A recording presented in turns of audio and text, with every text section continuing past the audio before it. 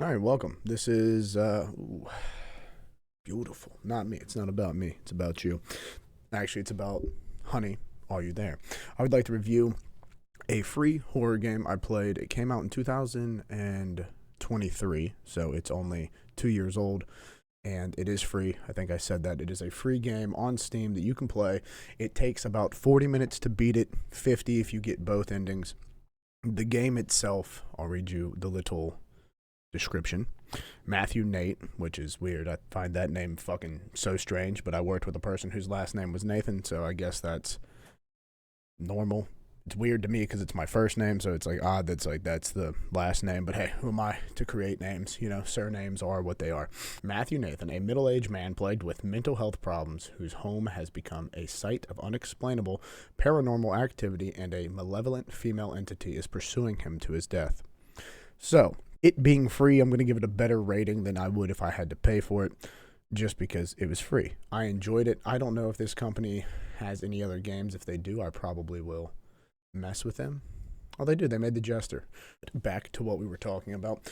This game, for me, was cool. I didn't necessarily enjoy the story because it seems like this one, and there's a game called Dream Cage. Played it. I haven't uploaded it yet, where you have mental problems, and it seems in all these games where you have the mental problems, it's just there to say that you have them, and then you end up being the fucking murderer. Like most ever horror games I play, the stories are pretty shit, but the game is normally fun, and then the scares are pretty good. I go there to hopefully get some content from being scared, and then hope the graphics are good and the story is somewhat enjoyable, or the atmosphere that it creates is cool.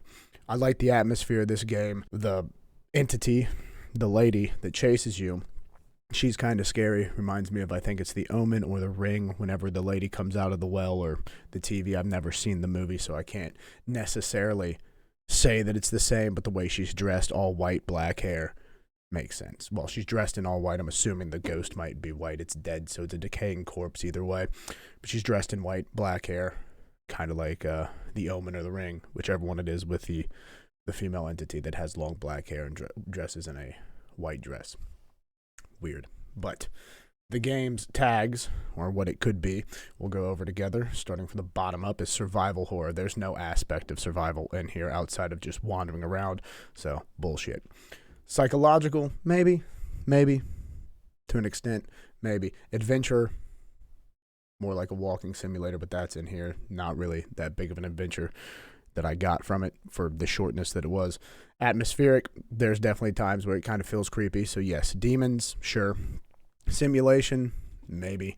Story rich, there's a story, and it's not richly storied. They got random pictures all over the house that doesn't make sense for someone to have unless this person's just really into like morbid or like creepy horror things. They just look like they slap scary pictures on the wall to like have scary pictures on the wall. Linear, yes. First person, yes. 3D, yes.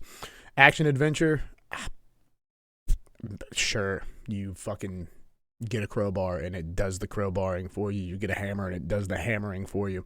So, sure, there was action. You sprint one time and crouch twice, and you can't even crouch outside of the times when it allows you to crouch. Like, you can't just be crouching and walking around. You have to wait till it's like, now's the time to use the crouch button. So, sure, whatever. Walking simulator, 100%. Survival, still no, unless it's just like you have the chance to die. Maybe if you, at one point, the bad ending, you get chased by something. Maybe if you let that kill you, that would be arguably the survival aspect of it. But no.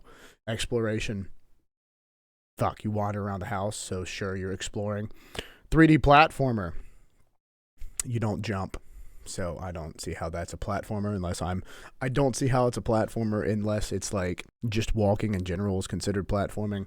I'll Google just to see. Okay, so this is the Copilot answer on Microsoft. Platformer games include the following fundamental elements: a unique and robust main character, with actions and things to do, stuff to collect, jumping and dexterity puzzles, moving platforms and other obstacles, enemies to defeat, minigames, puzzles. So if we're gonna base 3D platformer, which is a tag that's for this game, based off what Copilot says, no, fuck no, not at all. We don't move shit. You pick up a couple things and you read some notes. There is no jumping. There's only crouching when you were told to crouch, and it's not to get around anything. It's just to fucking look at something. So yeah, no. Highly doubt that tag makes any sense for this game. Not shitting on it, just giving my 2 cents. And fun fact, before anyone's like, oh, fuck your opinion or whatever, because people have opinions and people seem to neglect the fact that opinions are a lot like assholes. Everyone's got one, and if someone gives you one that you don't like, especially let's use YouTube for an example, you can exit out of the fucking video. You could hit dislike and you might not get content that's similar to that. But that's neither here nor there. Horror, yes. Dark, yes. Mystery, kinda, I guess, maybe, a little bit. While you're trying to figure out who did what, you know what I mean? Like, am I the bad guy? Is this lady just haunting me to haunt me? You know, thriller, arguable, I guess. Psychological horror, I don't know. If you consider the fact that maybe he has PTSD or dementia or Alzheimer's or he's losing his fucking mind, yes. To the person playing it, I didn't experience that. I like, or at least in my opinion, I don't know why I said I like, but in my opinion, something that's psychological should be psychologically affecting the person playing or making the person think or feel certain ways. That's when I would argue that it's psychological, not psychological as the character itself has a problem. The character can have problems, but if the problems they're having can affect how you're feeling towards the game or change the environment in some way maybe, then I would argue, yeah, more so it is psychological horror. We could say that's an okay tag as well. So with all that being said, for me personally, I enjoyed the graphics. Story was kind of shit, to be honest. It wasn't really much for me to be like, yeah, I like it. It's just your run-of-the-mill, normal horror story. You wake up, you take your pills, you're confused at what's going on, and lo and behold, spoiler, I'll put a little fucking tag so you see it right here. Lo and behold, you're a fucking hammer murderer. Like, you just club this woman with the hammer, and you're like, ah, shucks, I didn't see that son of a bitch coming. But then again, after playing Dream Cage prior to playing this game, in that game, you're a psychopath and you kill a bunch of people. So it kind of made me feel like maybe it's me. I have to take pills. This guy has PTSD. The dude in Dream Cage had like Alzheimer's or dementia. So yeah, probably me. I'm probably the murderer is what I was thinking. The game itself was fun. I had a good time, minus all the shitting on it that I've just done, or the, I guess, negative comments. I'll give positive ones. I highly recommend it for being free. It should be a good game. Like I said, I own their other game that just came out, The Jester, which I hope to play today. If I upload this video today, then today. If I upload this tomorrow, then it was yesterday. Or if I upload this video in like fucking 3 weeks, which I shouldn't, it should be literally today when it gets uploaded. But I do have something I have to do after recording, so who knows? I kind of live my life on a wing and a prayer. But neither here nor there. The Jester looks like a good game. That one's not free. I did pay for it, but I paid for it because I enjoyed this one. There are things in it that are like, you know what I'm saying? Like the story, like I said, the story just seemed kind of stupid, but that didn't take away from the game itself, for me at least. I enjoyed it. It is free. I recommend you check it out if you are into horror games, and if you're not and you just want to watch it, watch the video on my channel. I have both endings on the one. And the cool thing about going, if you are a gamer who wants to see the whole aspect of the game, I'm not like that all the time, but the people that were watching in my stream were like, hey, I was like, all right, fuck it. We'll go get it. It's not bad in the sense of like you don't have to restart from the beginning.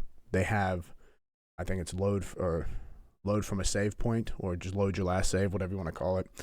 Click that, takes you kind of damn near right where you need to be to then do the ending. The only choices you have are apologize and not apologize. Whichever one you pick gives you one ending, right? Apologize, good ending. Don't apologize, bad ending. That's it.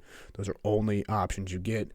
Nothing really changes. One, you get ran, something chases after you. When you get ran, one of them, something chases after you and you kind of got to run from it. The other one, it's just like, darn, holy shit, we're a pooey, we're a bad guy. It is what it is. For a free game, it was good. Definitely on the horror side in comparison to the other games that I have played here. Not as in-depth, not as amazing, but like I said, I enjoyed it. Will not play again. I've done everything that I can do in the game. but I only won't play it again just due to the fact I have so many horror games I'm trying to get through. Someone out there might find it fun to go back through. It's definitely a game I would be like, hey, if I had a friend that wanted to play a simple game or a horror game, I might be like, hey, play this one. It's free. Start here. But all in all, I will be buying their other games. I will be playing The Jester. And if I had to rate this game, I did say I'd rate it, nicer since it is free. Not that I would have rated it bad if I had to pay $1 for it, but if I had to pay like $5 for it, I'd probably rate it pretty shit. All in all, I'm going to go with a generous. It's a little bit above mid. So we'll go 5.9 out of 10. And if you enjoy this and want to see what it is, check out my video. If you don't care, fucking log into Steam and get it. It's free. Or just don't do it. Whatever. It's your world, not mine. You know what I mean? So, like, comment, subscribe, say something nice, say something mean, and until the next one.